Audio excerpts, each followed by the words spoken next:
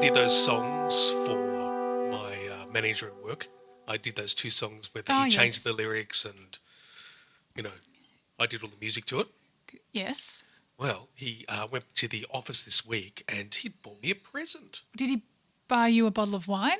No. Oh. No, thank goodness, because looks like we've stopped drinking. Oh, because there's a bottle of wine here. Is that why it's thrown on the ground? Oh, that's something Jen must have got. I'm trying to ignore it. Oh, okay. But I did get a bottle of whiskey as well from a friend, but that'll be coming downstairs and put away. Yes. Oh, good. You've stopped drinking, did you say? Yeah. Altogether? I hope so, yeah. Yeah, great. I don't go buy it, Jen does. So it's her fault. Yeah, it's her fault. Totally her fault. Yes. Now, present What? for songs. So I went into the office and he gave me this book, which you can see here. Oh. It's called How Music Works by David Byrne. Now, I'm curious to know, do you know who this is? Is he a relation to Deborah Byrne? No. No, I don't know who it is. Do you think I think from memory, there was a news item on how he burned down the house. No. What? In a song? Maybe I need to stop making sense? Okay. Is that the song? Stop Making Sense? You should know this band. No, why would I know a band? Is it New Kids on the Block? Burning down the house. No. No? No. Why would I know that? I'm trying to think of some of the other songs now. Oh, now I'm going to have to think. I'm actually not going to know it. I know like Colour Me Bad, New Kids on the Block. I know like 60s stuff and so now musicals. Some of the other ones? Let's see. Prince, Madonna. Well, anyway, I can't find any other songs. It's Talking Heads, the guy from Talking Heads, the singer. No. Anyway, what is the point? Okay, so he's given you a book. He gave me a book. It's really good. And I don't think we've got recommendations, so that's going to be my recommendation is that even though I haven't read it, again, I'm going to recommend it. It looks good for anyone who's interested in how music works, yes. How to write music and how to promote music. And I'm going to read it because I think it'll actually be useful for us because they're talking about how to promote your music, which I don't think is going to be much different to how you promote podcasts as well. Okay. So that's going to be my job. But I'm going to have to go and buy one of those old people things. You know, you can get those screens that magnify so you can read. Yes. I literally going to have to get that for these because the text is, even with my glasses, it's too small. Wow. And I just can't read it. Yeah. I got one for my mum, actually. Forget where for. Yeah, and it's even got a little light on it as well. So it magnifies. Actually, I got it from Spotlight. Yeah. So it's is it a circular one? Yes, circular, magnifies, and has a light on it. I want one with a hat. Like you could put it on a hat. Oh, yeah, you can get those too, can't you? That would be really good. I'm going to have to look on Amazon because that would be awesome. Yes. Because I like to move around while I'm reading. I can even walk. True. Okay. This has nothing to do with what our episode is about. No. But that's okay because it's like an intro and you casually introduced like music, I guess. So you did your music bit. That's right. We're trying to fit it in somewhere. Yes. I did it. So for now, we've got a lovely guest today. We do. And her name is Charlinda Parsons. So I'm yawning at the same time. No, and she's an OT. So I initially came across her. I think I've mentioned this in our interview with her, but at a talk by local council just about, I think it was something to do with autism and girls, I think. That's right. So I met her first then. Actually, I have a friend who was saying, I've got the best OT. And, you just don't listen to those people. And then I saw Charlinda and I thought, oh, we need Charlinda as an OT. And then I went back to my friend and said, I've just met the best OT. And she said, I have been telling you about this OT for years now. Oh, really? Yes. That was, interesting and funny. But, people tell you about their specialists all the time and you don't really, it's a lot of information on. So exactly, yeah. You need to sort of see them and get the vibe. So anyway, Charlinda has a great vibe. I think she always makes... never met anyone that doesn't like her. She's very kind and funny and she laughs at all of our jokes. And she's just... like kids love her. Yeah, she has a really good happiness, I think, about her. What do you think? Well, all I've been doing is looking up the term Parsons nose while you've been talking. What is that? Because the surname's Parsons, and Yeah. the Parsons nose is the heart of a chicken. And then I wanted to look up the etymology of Parsons nose to see where that'll... I don't think I could be married to you. I couldn't live with you. And like you just go off on these different. They're not even connected. Yes, Really. it is. The word Parsons. A lot of the English names come from jobs, Smith, Baker. All those things actually come from that sort of thing. So Parsons, and I'm wondering if the Parsons were chicken farmers. Okay. I don't know. I'm not sure. I'll do that work for her. She'll be very happy that I did. She probably would be. Although it could be her husband's last name. Oh, It yeah, could be. I forget don't know. Maybe. Forget it. Not sure. Anyway, that's fine. So anyway, so Charlinda's great. And I actually, I've used her for obviously the kids and also for myself. I got a sensory profile a few years ago. Yes. How about yourself? Yeah, I got one from her too when I'm, what is it, pathological demand avoidance? I think I have had her write a report for me for my NDIS, probably about 2 years old now, and I still haven't pushed ahead with it, but she wrote up a really good page for me to provide to when I Right. actually go for it. And obviously she's done some amazing work with the kids, which we talk about when we chat with her. All right. And because I'm not going for an NDIS, I'm not going for a formal diagnosis or any of those sorts of things, but I think I was talking to the psychologist at the time and we just said, let's, get to know you a little bit better. What are your sensory needs? Yes. And so that's why I did it, those couple of years ago to just identifies what sensory needs you have. And it's just interesting to see the profile and what's high and what's low and Yes. were there any surprises? Probably not surprises, but it's really reaffirming the way you feel. It's not me just... should I pause? No, that's right. Keep talking. Oh, it's not... It's... Oh, wait, you're going to leave that in there I'm to getting say... calls Dan on the got a main phone line.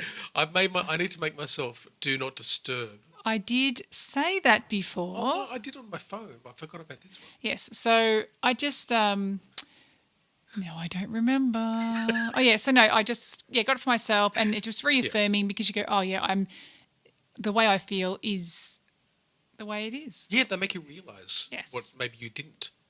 Yeah. And then you can do something about it. I find that their works, the OT work, quite practical in a lot of ways, like the most practical of all the supports. Okay, but could you actually say, we didn't ask Charlinda for definition. If I asked you what does an OT do, what would you say?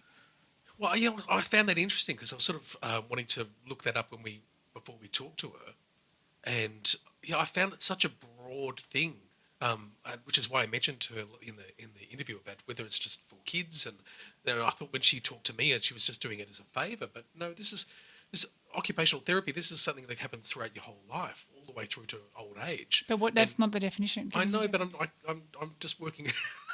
I'm walking around.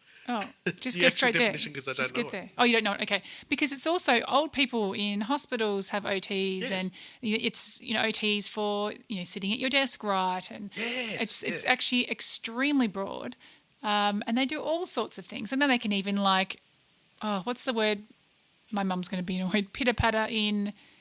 Dabble. You could dabble a little bit, not in psychology, but some parts of it are bordering on that. Yes. And speeches, and it all sort of connects in a little bit, and because it's also writing and all those things. And they're there to support you for other people, with other people as well, Yes, which is pretty cool. I like that sort of work. That's true. Yeah. So, well, without anything else Further adieu. ado, let's roll the interview. Roll the interview. That's Roll old it. school. It's cool. Oh, no, it's a new thing. And actually, I was talking to someone just before, and they said, this young person who was a support worker said, toodaloos. And then the person who's like 50, she's like, toodaloos. She's like, I've been saying that all the time now. I said, yeah, but you're older. And for the young person saying toodaloos, it's probably quite cool.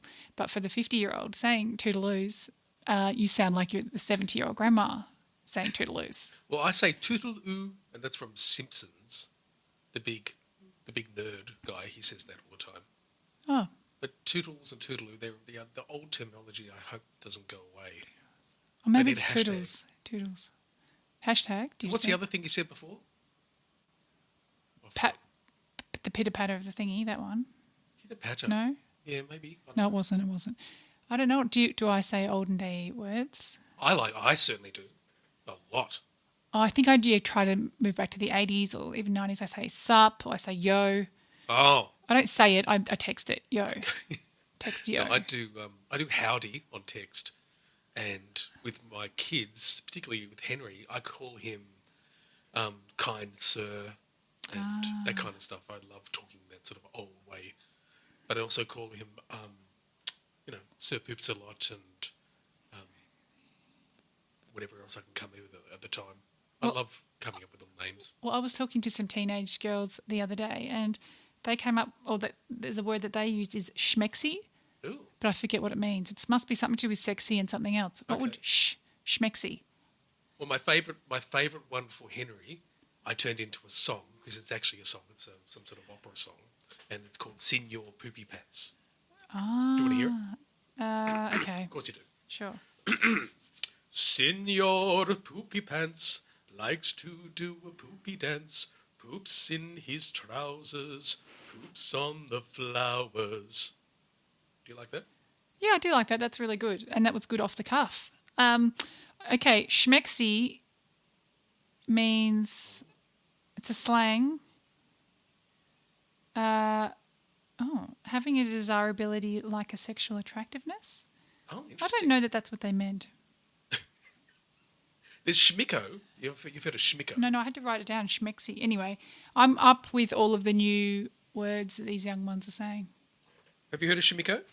Schmicko, it just means looks good. Yes. That's not new. No, it's not. Schmick. Oh, Schmicko. schmick, yeah, you look schmick. Isn't that a real word? It's a schmicko family, see?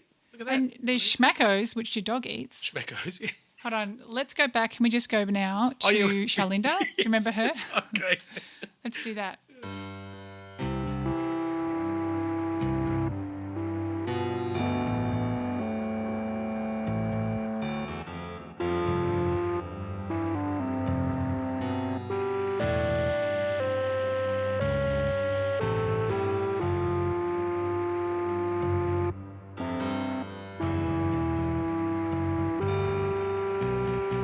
Okay. Started? Yes. Okay, sorry guys, I can't find it. Is it okay if I do it just like this? That's fine. Unclear. Cool. Yeah. Ready, set, growth. Have you got has your Facebook page got kids bouncing on a trampoline? That is my Facebook page, but I'm It's terrible. disgraceful. 2016 is the last time that you posted on there. She doesn't need to. I know, I'm so bad. You're so amazing and famous that you don't even have to websites or any of that. I think part of me is actually, that piece of then having to manage a website and all of that. I'm gonna quote it because I think it's fantastic. Hi, and welcome to Ready, Set, Grow OT. My Facebook page has just been launched, so watch this space for more info and insights. Look at this info and insights. You know what? In a perfect world, I would be posting little snippets of things that I find, like, toys and games that I think are helpful, or Podcasts. all of. But life is just crazy. Yes, that's okay though, because this isn't about bagging Charlinda out. This is about pushing her up. But I'll introduce you, Charlinda, because it seems no one else will. And I actually just got this from somewhere else, but it says that you're an experienced pediatric occupational therapist, and you speak about how Pediatric speech pathologists can incidentally consider regulation, sensory, and fine motor issues in their speech pathology sessions. Well, there's that. But then I guess I came across Charlinda because she did a talk, I think it was on puberty and autism or additional needs or something like that. And that was at the Knox Council. And I thought you were right for, like, obviously I think ahead, anxiety, and I've always thought ahead. So I think my daughter was like 4 at the time. I'm like, no, I need her for puberty. So, and then it's interesting because you actually have you don't. No daughters. No, that's right. Yeah, you've got boys, but then like, and why did you do the talk? Did they ask you to do a talk on females and puberty, or did you say, hey, I've done some, thinking about this? So it came out of my working with Spectrum Journeys. And so I think that there was a gap. Like at that time, there was a real gap in girls on the spectrum because everything's about boys. Mm. And so I want to say fell into that a little bit, but actually really enjoyed that space as well. Like talking to girls and chatting through. Yeah. So I don't know. Yeah, it was kind of, a bit strange to end up there, but I really like being in that space as well. I reckon probably half of my caseload are girls. Okay. Yes. And so when you look at the, girls to boys ratio in autism, it's actually, I feel like I've got a higher ratio than what would be, the norm. Okay. So anyway.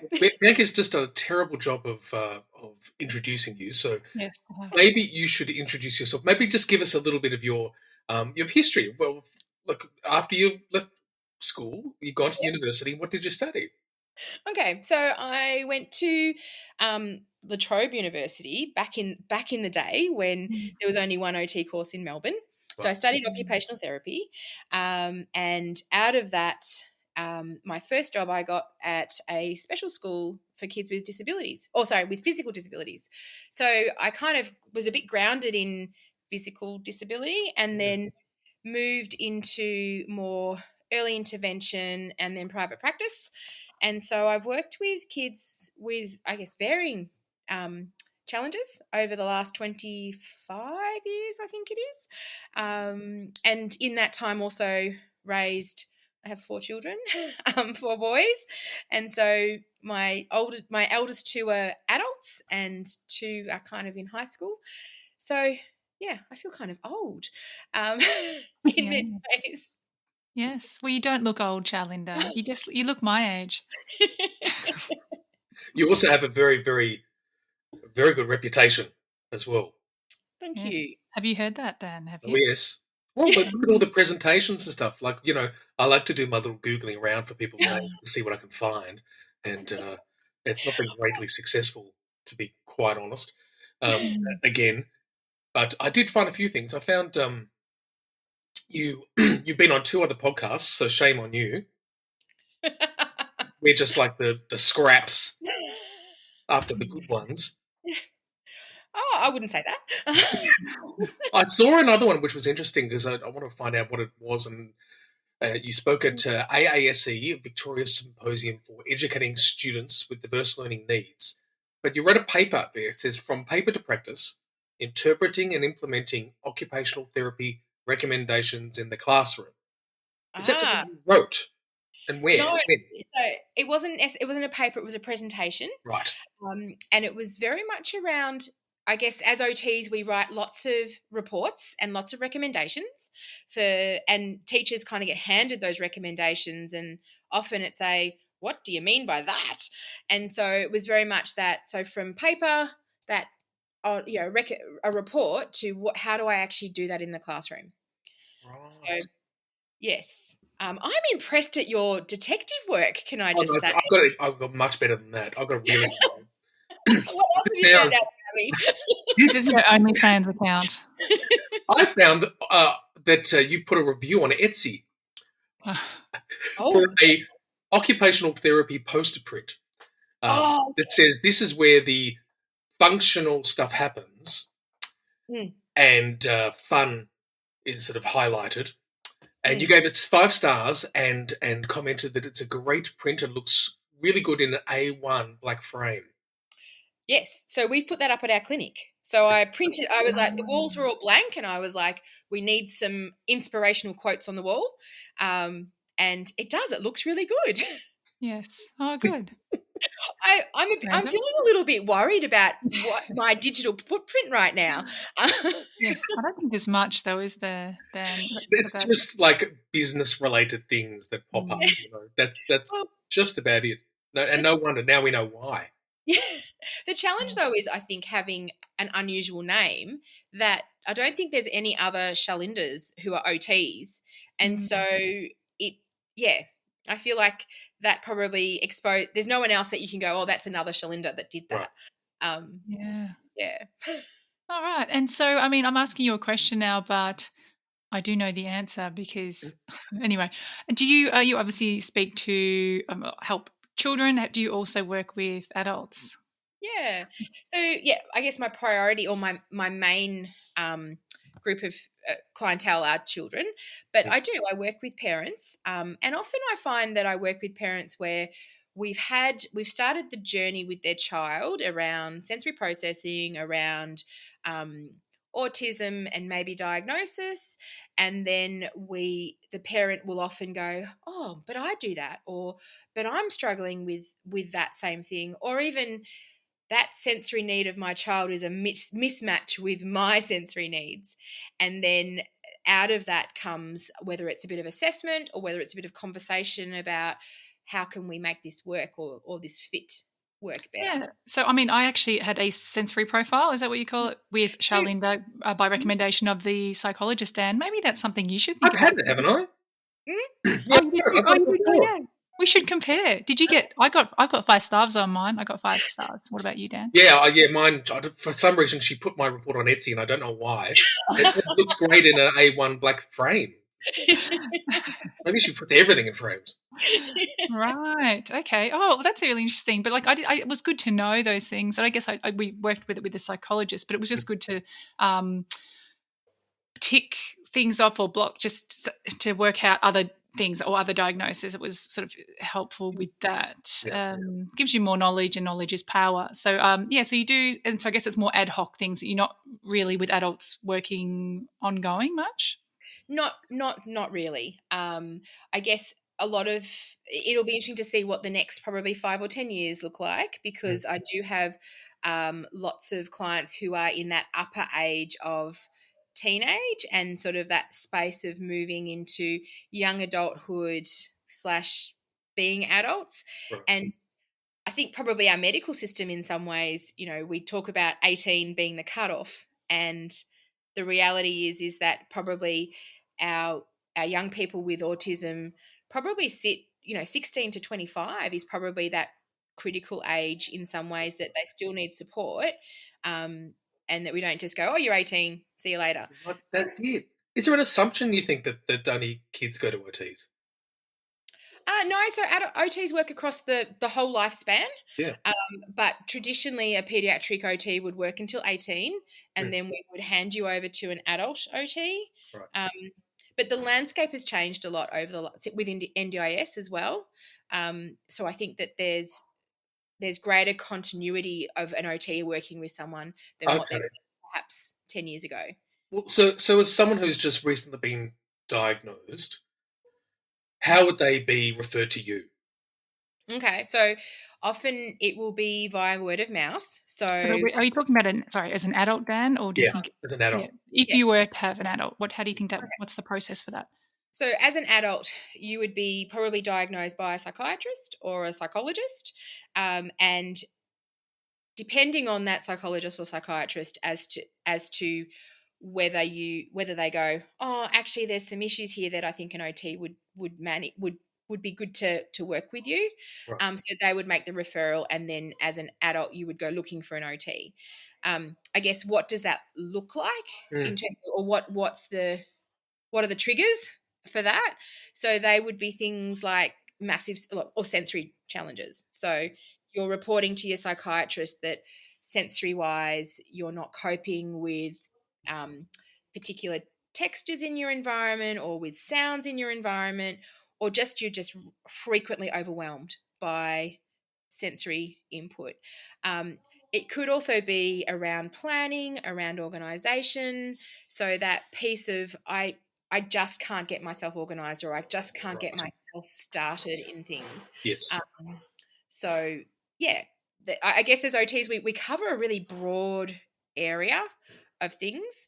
And some OTs would even do things around parenting, in terms of, as an autistic individual, how do I parent my child when we're we're very different, and I'm struggling to perhaps understand how to manage their needs when my needs are really great as well. That's it, isn't it? And I Yeah. think for a lot of adults, work situations might be something that crop up. I know it did for me. Mm-hmm. So, what would like a first session be like if I've come in and said, "Look, I'm having issues at work. The lights are really bothering me. All the sounds. I've sort of tried to talk to the employees, but I'm not sure how to go about doing that." How would you how would you handle that in a session? So I guess if we're talking about some specific issues that someone's having, if it was me, I would be taking a bit of a problem solving approach. So, because I think when we problem solve with you, we're actually giving you the skills or the tools to be able to use that in other areas. So, let's use your example for of lights at the Yeah. workplace.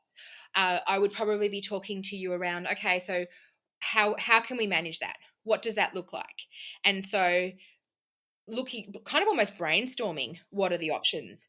And then working out almost a plan of what does that look like to enact that plan. So so just say with the lights, you might come up with, well, I could wear sunglasses inside, Right. or I could ask this work to change the lights over, or I could move my desk. And so I guess, of course, wearing sunglasses inside is ridiculous, but Yeah. it's still an option. And so it's sort of that brainstorming, but then also working out what's the best option, and then how do we go about, if it's about getting work to change the lights, what does that look like? Do you do that? Would you contact the employers for them? It depends. With adults, I think it's a little bit different. Yeah. It would depend on the client. So Yeah. Yeah. if just say it was you, Dan, and you were like, I'm just totally overwhelmed and I don't feel confident to talk to management about it, Mm. then absolutely I would be happy to, with your permission, make that phone call and kind of go, how can I support you? But ideally, if I can support you to work out what you're going to say, how you're going to do it, even craft your letter, all of that stuff, in my mind, that's you being more independent than me doing it for you. Yeah. So Okay. it's Okay. it's Okay, very so individual based. um, so if you're thinking about like the adults that you have seen who are autistic, generally, what sort of challenges do they have? Okay. So a lot of them are around sensory processing, Yeah. Mm. and so managing things like lights in the workplace, or even getting tasks done at home that are Sorry. Is that you, Dan? Jenny, always interrupting. always. So yeah, like getting tasks done at home that are sensory based. So things like, my husband hates cutting raw meat. It's just a thing, and he's always, oh, can you cut the raw meat for me? So for say someone who's doing meal preparation, and that's really offensive, or they don't like touching those things. We problem solve around that. So So we just have gloves. We just have yes, the disposable gloves. yeah, but sometimes you find that what seems like a really obvious solution doesn't isn't always there, or there are reasons why that doesn't work. So yeah, so we would work around some of that sensory stuff. Right. We would also work around helping. Sometimes it's about just, how do I organize my life? Like, some calendars, some checklists, some even learning how to prioritize tasks so you Mm. get things done. It's amazing how much effort it takes to run a house, particularly when you got kids. And so part of that can be just around, how do I organize my time in the day to get everything done, or even and so it's very much, I guess, looking through the lens of, as an adult, yes, we use like visual schedules, say, for our kids when they're learning some of the routines of the day, but Yeah. that's, an adult doesn't want to picture visual schedule on their wall to Yeah. go, what am I doing next? But the reality is they might actually need to sit and plan and write themselves a list of jobs to do in the day and mark them off, or use some kind of online kind of checklist that they can use to help just organize. It's almost like putting your frontal lobe onto Yeah. of paper, Yeah. and Yeah. almost giving you permission to do that. Like you don't actually have to hold all that in your Yeah. head. Mm. Yeah. It's very practical then for particularly for adults. It's a very, very practical service to provide and to seek out, I think. Absolutely. Yeah. We are I would fully agree. I think that's, as OTs, how we would see ourselves is we're the practical or component of the allied health, Yeah. and we very much look through a functional lens. Hence my Etsy functional a functional lens of how is this affecting your ability to do your tasks in everyday life, and how do we problem solve or help you do that. Okay. I'm trying to think of, say, in an example for me having, like my when you did my report, I think I've got every single one of these things we've talked about so far Mm. in there, and one of them being like clothes. Like for me, Mhm. it's the clothes and what I wear is a big thing. Like Mm. what sort of techniques would you have in cases like that? So um I find some shirts I want them to be a little bit more billowy. I don't like the scratchy feel to Mhm. them. Like Yeah. what do you do with clothes? It's super tricky, isn't it? I think probably one thing adults have going for them that kids don't is that you get to buy your own clothes. Yeah. So you have some control over that, which is really nice. I love that a lot of the new clothes haven't got tags anymore. They Yeah. have printed, and so that solves a whole nother issue. So there's a few things. I know you guys have had Julie Baker on your podcast Oh, before. Yes. well done. She has some amazing sensory clothing that is very much designed for people who struggle with the textures or the feel of clothes. So you can certainly that's a port of call. The other thing is I know a lot of adults who like to shop at op shops. So purely Mm. because the clothes have been worn before. So rather Mm. than that new feeling of clothing, it can feel it's someone else has worn it in for you. That's so interesting, and that's what Eloise does all the time. She's either Mhm. wearing my Yeah. clothes or she's wearing clothes from an op shop. I've heard of Yeah, people that like they'll buy something new and then they wash it 10 times. Yeah. that was my Yeah. next. Yeah. Absolutely. Well, I've spent like the whole week going around. My daughter found a pair of leggings. So now she can't wear stockings to school because it just takes forever and she hates every single one. She rolls in tan bark and then you get all the little tiny little sticks and I cannot get them all out. So then I was like, I've convinced her to have leggings instead. But then she doesn't like anything tight on her. So she's a size 10, but we wear size 14 leggings and they're well oversized. But then so I bought her one pair she likes and now she won't wear any other pair. Like I've tried other pairs of even the same size, but they're not the exact same ones. Oh my god, that's Um, taking me back to childhood and one of my favourite oh, stories, the saggy baggy elephant. is that a book? Or is that? Yes. Oh, He was okay. all saggy and baggy as a little one until he grew up Yeah. grew into his own skin. How Oh, cool is that? yeah. Yeah. So yeah, I've been going around to Kmart, Best for Less, and Target, and all the different places, and just buying up leggings. Mm. I just haven't found them yet. And you know what I think, and I know we're talking about kids here, but that piece of it's a bit like when your kids have they get given a special toy as a baby, but you Mm, buy two, so that yeah. and then they both get used the same. So if you lose one Yeah. of them feels and smells the same as the other. So it's almost the same with the leggings of you have to buy two and wash them Wow. evenly. That's So really that interesting you say that because no, I haven't heard of that. I've always, like, say, maybe bought the two of the toys, but then one's always stayed fresh. But what a great idea to oh, keep mixing rotating. it up. I've never heard of anyone doing that before. That's great. Okay. but Yeah.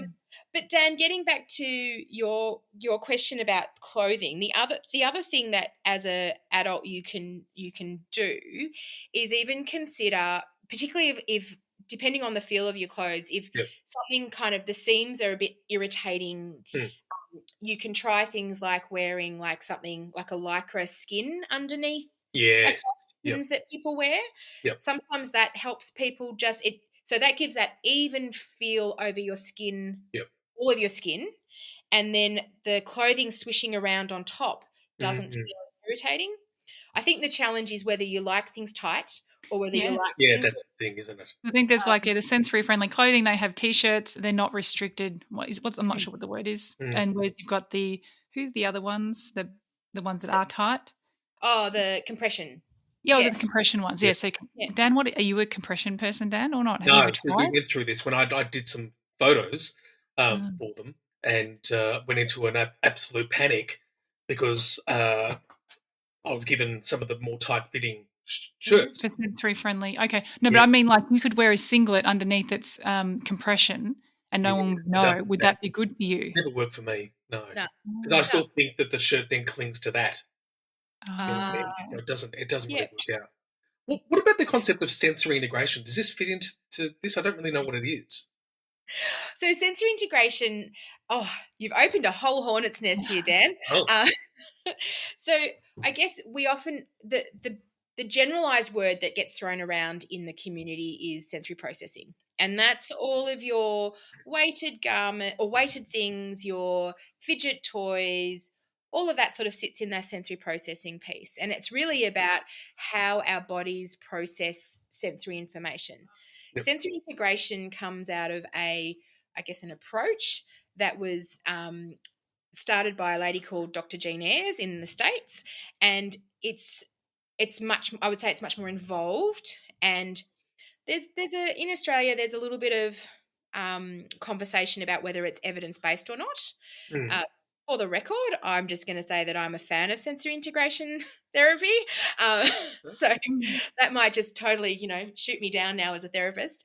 But what's an example? Because I'm not quite sure what you mean. The way we use sensory integration looks at, so even in terms of the reports that you guys have had from me, those pieces around praxis, so how you manage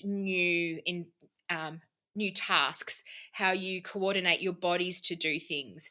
The person who's always tripping over things or doesn't see things in the environment and is what we would call clumsy. Mm. The person who gets sick in the car when you're driving because your vestibular system is sensitive. So sensory integration is about helping to really remediate some of those challenges. So we use suspended equipment.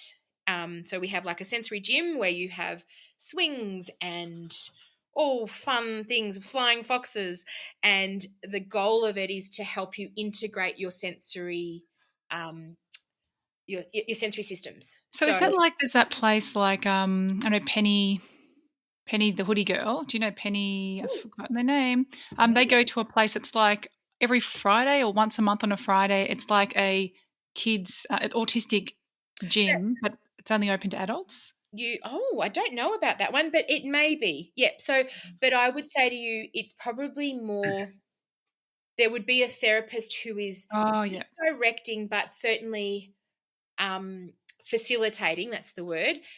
How the play goes. So if I've got a child who I know is sensitive to movement, so vestibular stuff, I might be starting to get them onto things that move a little, but I'm going to do it in a way where I'm not going to challenge you that you freak out, but I'm going to help you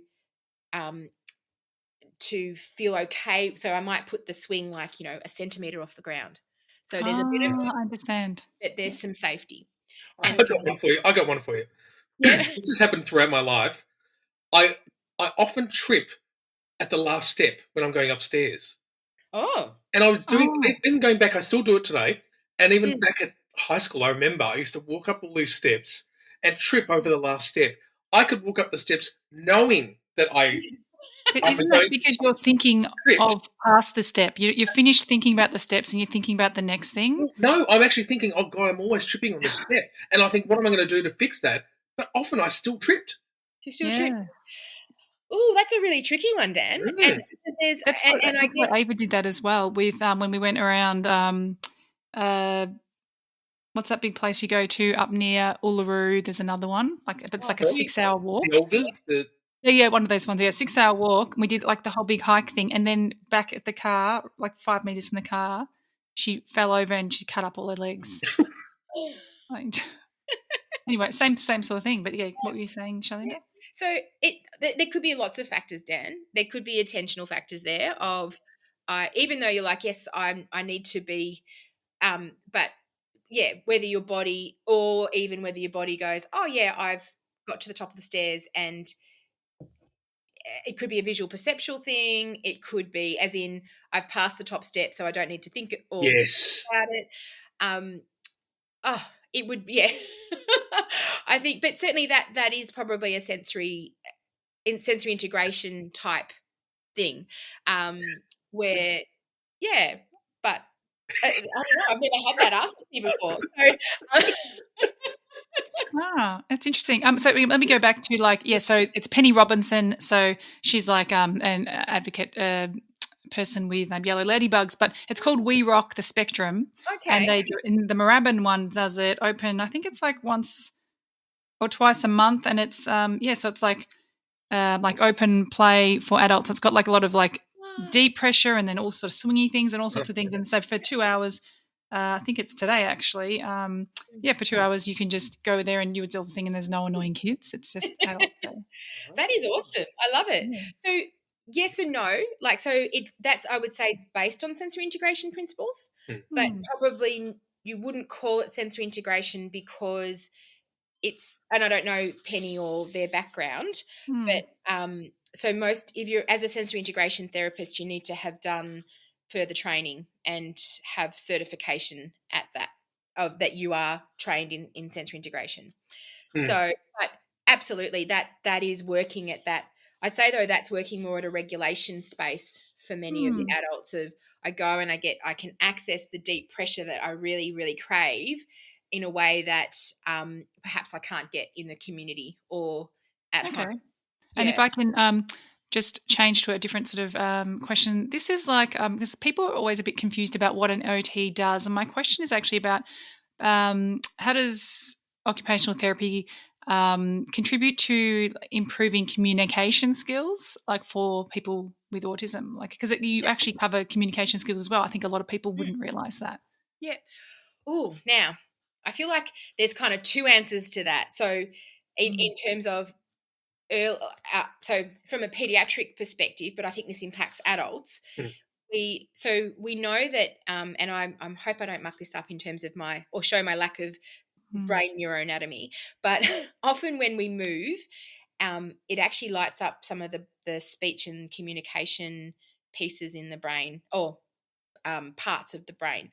They're quite closely connected, and so often we know when we we move kids or we do some of this sensory stuff with them, they start to talk or they start to have more language.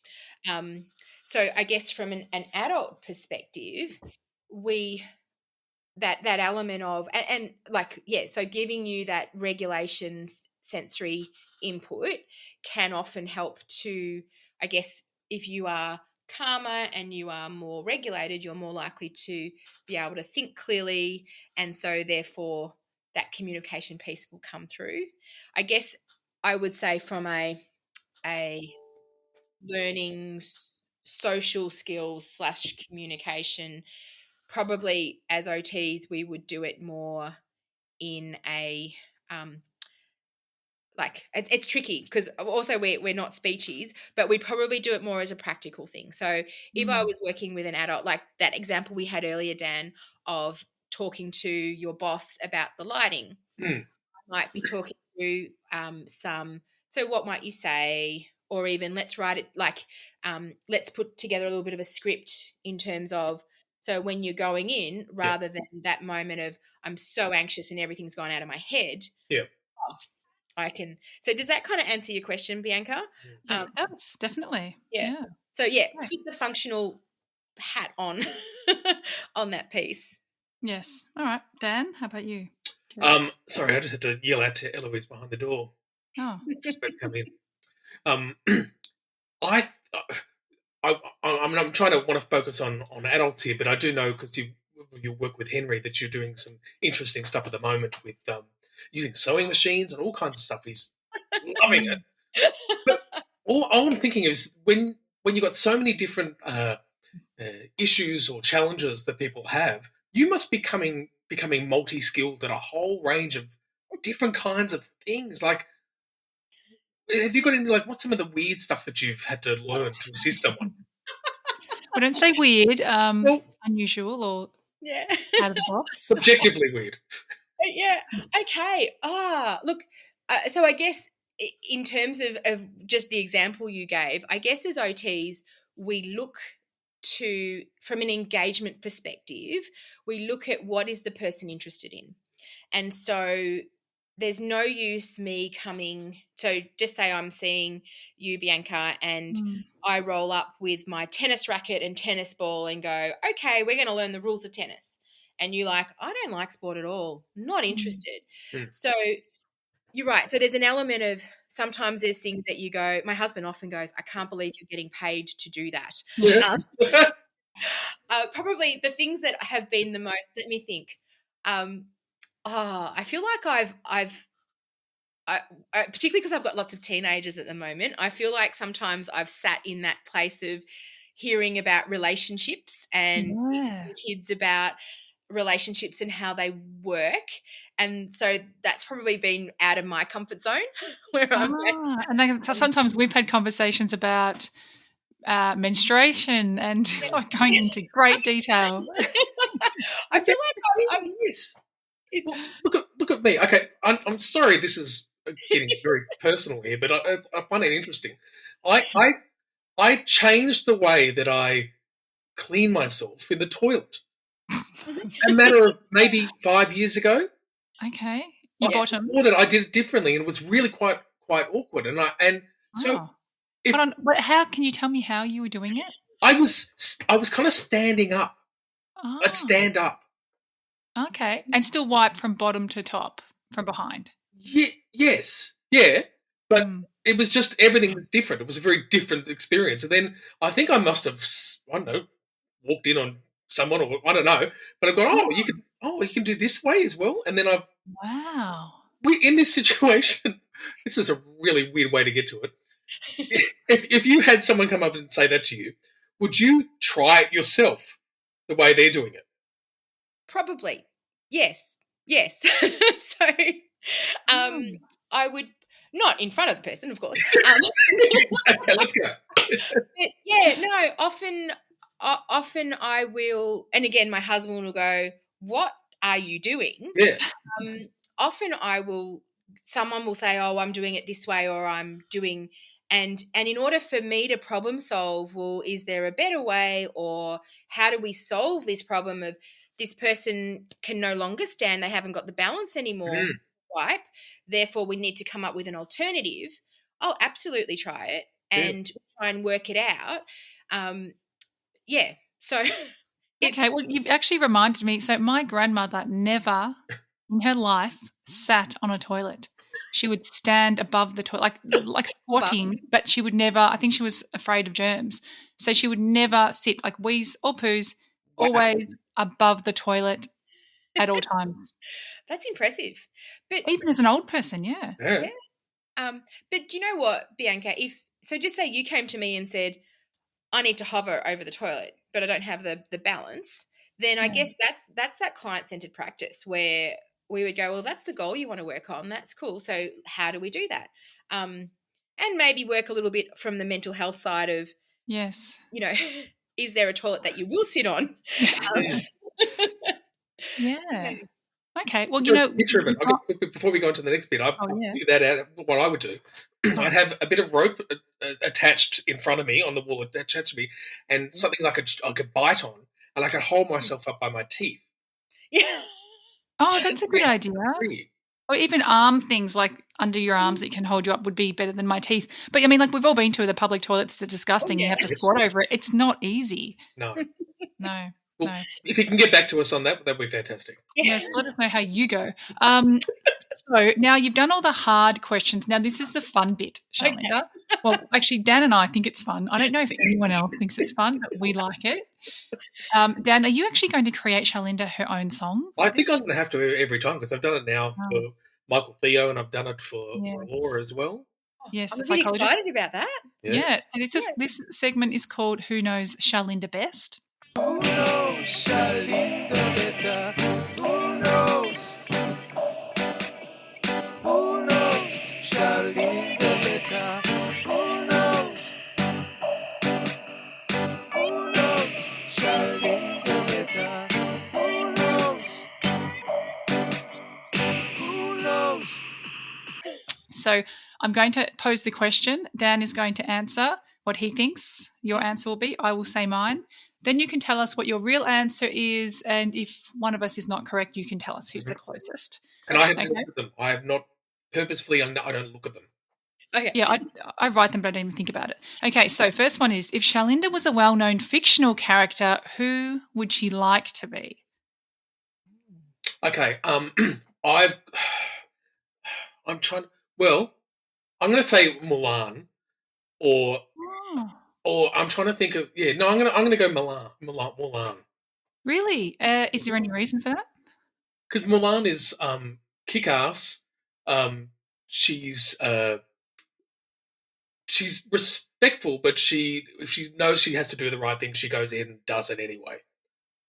And she has set goals that she wants to achieve, and she goes for it. Okay, so I was going to go for something completely different. I was actually going to say Dorothy from The Wizard of Oz, because I just think you'd love that, just that whole fantasy world and going up to a tree and talking to the tree and taking the apple and just, having a really fun time and just jumping out of your current world and doing that. Oh, wow. I feel like this is like, build Charlinda up. Oh, that is really hard because I can see myself in both of those characters. I know there has to be a clear winner. Oh, the Dorothy shoes are very much a draw card for me because I don't mind a good patent leather pair of shoes. Yes. But at the same time, Mulan, I full on, yes, I agree with what you're saying, Dan. I think Dorothy's going to win it though. Yeah. Who is the one then? For you, who's your favourite fictional character? Ooh. And you have to be able to just bang. Like you should be able to just bang. The first one that pops in. Yeah.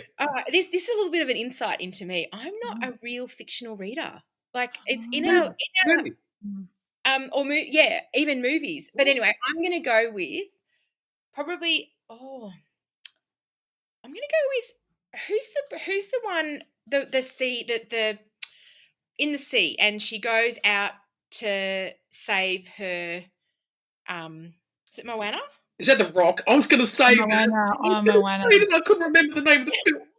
Oh, well, I actually thought Milan was Milan. I thought it was the same. Anyway, not that. Okay, our next question is, so if Charlinda could only listen to one song for the rest of her life, what would it be? Now, I talk about song because Dan loves songs, and so I have to put a song question in there. So if you could only listen to one song for the rest of her life, what is this song, Dan? Okay. Well, given what I've just been hearing about not watching a lot of telly or reading books, I'm assuming that she's not up on the latest artist necessarily, and I think she would just be listening to fairly generic radio stations. So I think it's going to be something along the lines of, who's that painful redhead guy? Oh yes, yeah. Ed Sheeran. Ed Sheeran. I reckon it's going to be I'm in love with the shape you're in or something. Right. Okay. Well, my first thought was I forget what they call. Remember, lover, lover, lover. You don't treat me no good no more, because she likes to go back to that time when she was in her young years. It was warm. It was summer. And who's that? Treat me no good That's no more. that song. Even though it's not a nice, happy song, it still reminds her of her sort of teen sort of time. I love this. Now you're going to have to work out where this song fits between the two of you, because again, very different kind of genres. So I'm going to go with my favorite song in the world, and I always say to my kids, this is my funeral song. Is Josh Groban, "You Raise Me Up." I just love that song so much. It makes me cry. And so I don't know where it sits. It might be sitting more with you, Dan, I think. It's sort of a ballady type piece. I think it fits right in the middle. I reckon it's I think in the middle. Okay, so that we just even cancel each other out with that one. And so you watched a lot of Oprah then. Probably when my kids were young, yes. Yes. So if Charlinda could have any animal as a sidekick, what would it be? I'm going to say it would be the Lion King when he was like still a kid. Lion. Ah, okay. All right. See, I would, and even though it's any animal in the world, she does love a dog or a giraffe. But a dog. I think she's a dog person. Yeah, I'm going to say it's my golden retriever, my Mabel. She's just, Yep. Got that one. That's not a sidekick though. That's just when you get home from doing your hero duties. You know, are you going to take your dog into dangerous situations, or are you going to have like something with claws? Oh, yeah. But I wasn't talking about dangerous. No, he cannot change. You already said that's fine. We're moving to the next question. Is Charlinda's ultimate guilty pleasure TV show? TV show / movie? No, TV show. It's on TV, or like Netflix sort of thing. Okay. Yeah. Oh, I'm just going to have to go with like Friends. Oh, okay.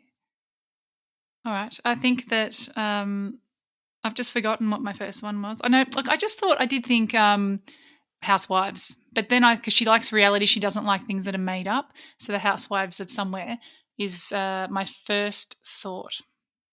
Okay. So, a little bit about me. I am a bit of a binge watcher. If I get onto something I really like, I will watch it ad nauseum. Do you know what? Probably recently Suits has been my my go-to. Okay. Yeah. So I don't know where that's. Doesn't know. I think it might lean towards you, Dan, on that one. Yeah. Okay. All right. Now, they're both. Oh no. Yeah. All right. We've got favorite ice cream or gelati flavor. Go, Dan. Oh.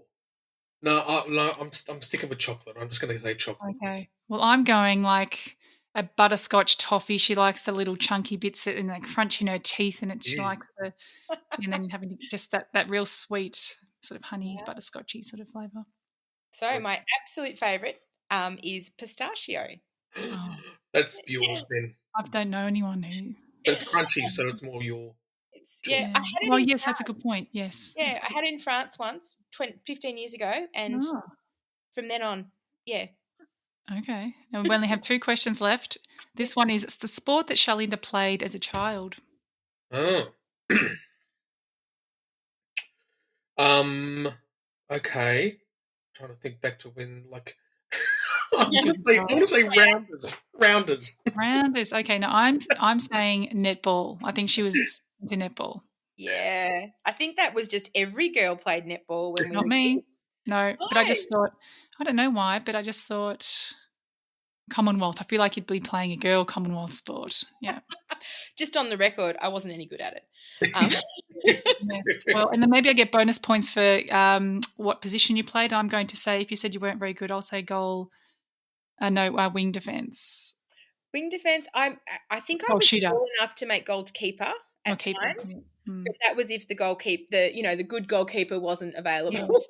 Okay, fair enough. Yeah, that makes sense. But I've heard something recently. It was on like Mamma Mia podcast, and they were talking about one of the girls on there, a woman can, her superpower is guessing what netball position people play, because you can really tell like a goal attack or goal defense is like really that loud, more confident person.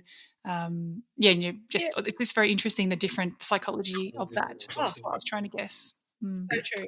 Of course, you know that I was goal attack or goal defense. I always wanted to the last one, by the way, Bianca. I just want to say, Charlinda, I think you're amazing, and you're my favourite OT. Anyway, go on to the next question. This is the first time you've said nice things to her. I do say nice things all the time, but this next and last question, the most important question, is who is your favourite podcaster, or Bianca? I think she's going to say Bianca, because she speaks to me a lot more often than she speaks to you. We have a connection. She would like to be my friend, except she can't, because there's that, the client and we could go for walks. We could go for dog walks if there wasn't that. Well, if she hung out with me more, she'd want to binge on me. She'd want to be hanging out all the time. What's your answer, Charlinda? I feel like this is a really, really tricky question. Oh, I'm trying to think how I can make it. I don't know. I can't. No one's answered it. No one's ever answered it. No. What Which would is you weird because I would do? be fine. I could answer it. What would you do if someone said, "Well, actually, I really like," Um, and yeah, you can kind of tell though. Like Michael Theo, he preferred. That's Michael from Love on the Spectrum. He preferred Dan, and we know that, and that's okay. Yeah. I'm gonna say that I think I have a favourite in terms of both of you. I think each of you bring different things to my Yes. relationship with you, and so there are. As I say in my family, when our kids say, "Who's your favourite child?" and I'm like, "Well, you're my favourite 13-year-old." Oh, so I'm your favourite 44-year-old, and Dan's your favourite. Or you're my favourite mum, and you're my Yes. favourite dad. Oh, Yes. that's that When makes Corey us asked me that, respectful. he says, am I your favourite kid? I said, well, no, actually, my favourite child is actually your older brother, and I made up an older brother for him. I said his name's Roger, and he lives over in the US. And you haven't met him yet, but he's dying to meet you. So I just make up. You know that's going to go to school, and then the teacher's going to go, "Oh, so you have another child." Yes. Oh, that's I'd fine. love that. Yes. All right. So now we're going to wrap it up, Charlinda. We've really appreciated your time on here. Pleasure. My pleasure. Thank you for having me. It's been really lovely just chatting and Yes. Yeah. I Yeah, think so not too. like boring other podcasts you've done. No. This is interesting. We get to the real, That's really it. get to the guts of Charlinda, don't we? Well, look, I hope that it's been helpful for whoever's been listening in terms of just even thinking about OT as an option or as a Yes. And I think in adults it doesn't have to be an ongoing thing. I think it can be something that just sort of you check in, check up, and then So Okay. I've got a lot of party peoples, I think, who would very much get some use out of going to visit an OT, I think. And I think we've given some really good examples today for them as well. Yes. So well done, us. yes. Good work. All right. All We'll right. say goodbye, Charlinda, but we'll just wait a little bit longer. Sure. Okay. Thanks. No Bye. problem. As Bye. it has been, and I miss your face. Wow. What did you think of that, Dan? I think it was just a fantastic. Well, it was not so much what we think. What did she say? Because this is we're recording this, a bit She after the did. time. That's true. She did. Are you saying this because you know? I do. Can you? Well, do you remember word for word? Because I don't. I can have a look. No, but the general vibe was. Oh, it she was, said that was the best podcast. Okay, we shouldn't say Yes. that because what if the other people with the other podcasts? I She don't said that was care. the best podcast, the funnest, the most fun podcast I've ever Yes. done. Yeah, because we're very fun people. We're funny and we're fun. That's right. Do you think we've got a good connection With her? with you and me? Oh. Well, I assume so. 33 episodes in. Well, I feel like it's different. Our podcasting relationship is different to our everyday relationship Well, you would hope so, because this would be a very strange way to converse. because we barely talk, really. And we have to be in the same room and facing opposite directions. That's true. We don't look at Or each you'd have to other. constantly walk behind me like a certain religion that expects Oh. women to do. Right. Yes. Okay. Fair enough. No, we've got a good setup here. I don't know if there's many podcasts that do it this way. I don't think so. No. Yeah. Okay. So anyway, let's talk about Charlinda. Go. I think it was, as I said, it was wonderful. We had lots of fun and it was incredibly informative, and I wanted to keep that focus on adults and just we wanted to pose some of those questions that I know people who are listening can think, oh, shit, yeah, OTs. This may be something I could actually use. And believe me, you could. Yes. Okay. Yes, you could. Sorry, I was just taking some photos Oh, of you and me all right. on our setup of how I'm behind you. I think every photo we do from now on, it should just be the back of my head. Yeah. Lucky you're not. Well, it's not lucky you're not balding because balding's fine, but you might have been insecure. Are you balding? Oh no, but I've got like Henry has as well. Despite how much hair he's got little cowlicks, and it makes it look like he's got little bald Yes. spots like I have too. Yes. And so I'm always mindful of that. Oh. I don't. You're I don't mindful care, of it. You actually try to cover them. Oh no, I just try to brush so it doesn't. Because if hair congeals, particularly when you've got thinner hair, when it congeals, it just looks like you've got no hair left. Yeah, fair enough. Okay, so I thought it went really well with Charlinda. As I said, she's a delight isn't she? But yeah, she does. I think she would be fully booked, but sometimes I can squeeze people in with her. Sometimes. Bless her and bless all the OTs.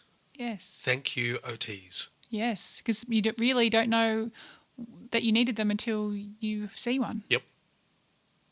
And then you don't know what you got till it's gone. Yes, I do. I got that one. I know that song. Is it a song? Yeah. Do I speak in songs and not even realise it? You know, you do realise it. You do it all the time, don't you? Oh. You don't know what you've got until it's gone. Da, da, na, na, na, na, na, na. Oh, yeah. Oh, I thought you did it on purpose. No. Oh, you distracted me from another song I was talking about, but anyway. I wish I had a good laugh. My laugh has changed over the years. It's now the laugh I have to change it again because it's hurting my ribs. Oh, okay. I get my ribs actually start to tense up. And Sounds I like can't it's a breathe. masked laugh. It's not real. If It's you're actually masked. changing it. It is, yeah. Oh, But I've had lots of different laughs. The worst was in my 20s when I had a witch's cackle. go. Oh, that's creepy. Yeah, it's awful. Why would you do? Do you think it was good? No, it just came naturally. Yeah. What's my laugh? Yeah, it is a bit like that. The best laugh I've ever heard is from one of my mates' fathers who I grew up with, and he went to America. And Justin, if you're still listening, I don't know if you are, but hello. He's Father Kingsley, who sadly is not with us anymore, but he had the best laugh. It went something like... That's not a good laugh. It was just unique. Should I say it was a great, unique laugh. Okay. I just like a good laugh, like one that makes me smile. Anyway, Charlinda has a nice laugh. Does she? Yes, Okay. it's not over. It doesn't boom over everyone and take control. It's happy. It's easy. It sounds nice to the ear. I just want to... That makes me want to write a song with all different laughs in it. Yes, Like a harmony of laughs to see what it sounds like. sounds good. I love we talk about laughs. My friends and I, when I was younger, I used to instigate it, but we used to talk about. I'm like, and how does this person laugh? And we would copy them. And how does this person laugh? And we do everybody's laugh. And I do that with the kids as well. We talk about other people's laughs. And it's funny when we all try to copy someone else's laugh. Or we say, hey, our dog, Billy, how do you think he would laugh if he could laugh? And then we all do it and then we all laugh. Is that your Now laugh? I'm thinking about how... Yeah, it's the... and the one. Which makes me cough. You know Em Rossiano. Have you heard her laugh? No, I don't know who that is. Well, she does it. Her laugh's like... It's a bit like that. Sounds like a me. smoker's laugh. I'm doing it too. It's a chest one. There's different laughs. It depends on... I think it depends on the kind of humour you're doing. There's down for the diaphragm. Okay, but mine's more physical. Like my shoulders will go in towards each shaky. other. Shaky. I shake and my head goes forward and I look a bit goofy, I think. Yeah, I do the forward. My masking laugh includes a nodding forward. Okay. As I'm nodding forward, looking confused as to what am I laughing at. Yeah, we should speak to a laughing person. You know, those people who do laughing No, I don't want segments. What? Those you know, people who do, you go there there and do you laugh. laughing. Why don't you want to? Because it's fake. Because it's obviously yeah, fake. Is that can't why? stand it. But I want to get a good laugh. I want a good one. Oh, well, you could just look up online and find all the best laughs and just go with that. Okay. All right. I think this is enough for now because this has gone It's been about 5 minutes. completely nothing about Just Charlinda. laughs. But she's great. Yeah. And if you want it, she works at Ready, Set, Grow. That's if you're over here. OT, Otherwise, look for yes. your own local OT. But also, the best thing to do is to get onto sites like ours on Facebook and wherever and just ask around, see if there's any recommendations in your area. Over and out. Goodbye.